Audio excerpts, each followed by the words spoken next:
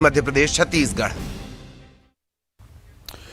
कांग्रेस अध्यक्ष पद के चुनाव की तारीख जैसे जैसे करीब आ रही है, मुकाबला दिलचस्प होता दिखाई दे रहा है। पहले सीएम अशोक गहलोत और शशि थरूर के बीच कांटे की टक्कर मानी जा रही थी, लेकिन अब एक और नया नाम जुड़ गया है।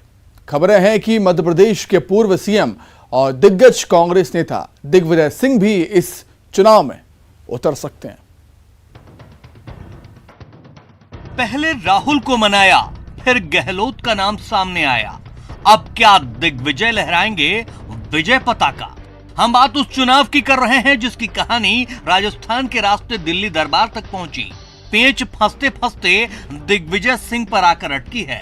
कयासों का बाजार गर्म है कि दिग्विजय सिंह कांग्रेस अध्यक्ष पद का चुनाव लड़ेंगे और किस्मत ने साथ दिया तो राजा जी के हाथों में कांग्रेस की कमान होगी।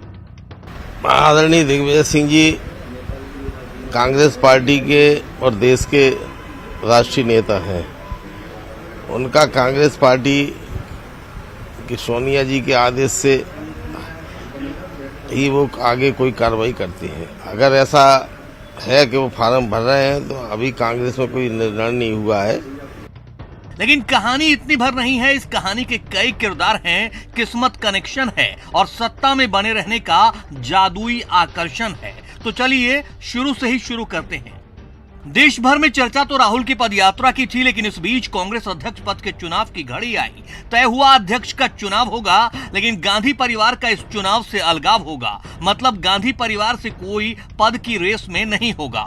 इस बीच शशि थरूर ने चुनाव लड़ने का ऐलान कर दिया। पार्टी ने कांग्रेस के जादूगर को चुनाव लड़ने का सुझाव दिया, लेकिन सत्ता और संगठन के द्वंद्व में फंसे गहलोत ने पहले तो इनकार किया, फिर शर्तों के साथ इकरार किया, लेकिन खुद को और राजस्थान की सियासत को संकट में फंसा दिया। पायलट पर पेंच फंस गया था, मामला शक्ति प्रदर्शन तक आ गया था। संकट गहराया तो दिल्ली से 2 संकट मोचक भेजे गए। इस बीच गहलोत नंबर गेम में पिछड़ गए, या शायद वो कुछ ऐसा ही चाहते थे। जादूगर ने दिल तोड़ दिया तो पार्टी ने दिग्विजय पर भरोसा किया, क्योंकि दिल्ली से लौटे कमलनाथ ने साफ कर दिया कि वे मध्य प्रदेश नहीं छोड़ेंगे। लेकिन अब दिग्विजय सिंह के अध्यक्ष पद के लिए खड़े होने से मुकाबला दिलचस्प होने वाला है। दिग्विजय सिंह की बात करें तो वो 2 बार मध्य प्रदेश के सीएम रह चुके हैं। गांधी परिवार के सबसे वफादार नेताओं में गिनती होती है। हर मंच से मोदी, आरएसएस, बीजेपी और हिंदुत्व के खिलाफ मुखर रहे हैं। दिग्विजय सिंह के पास इसके अलावा लंबा संगठनात्मक और प्रशासनिक अनुभव है। हालांकि ऐसे मौके भी अतीत में आए जब दिग्गी राजा के कुछ बयान उनकी ही पार्टी के लिए मुसीबत बने। देखिए, कांग्रेस एक परिवार तक सिमट करके रह गई, तो नेचुरली जब कोई संगठन नहीं होगा तो नेचुरली लोग नहीं मिलेंगे, क्योंकि एक परिवार में से ही सब कुछ बनता रहा। अब चूंकि देश के अंदर ये आवाज़ उठने लगी, कांग्रेस अस्तित्व खो रही है, क्योंकि परिवार तक सिमट के रह गई, तब उस परिवार को भी लगने लगा है। तो अब उस परिवार नहीं तो परिवार का कोई दरबारी आएगा।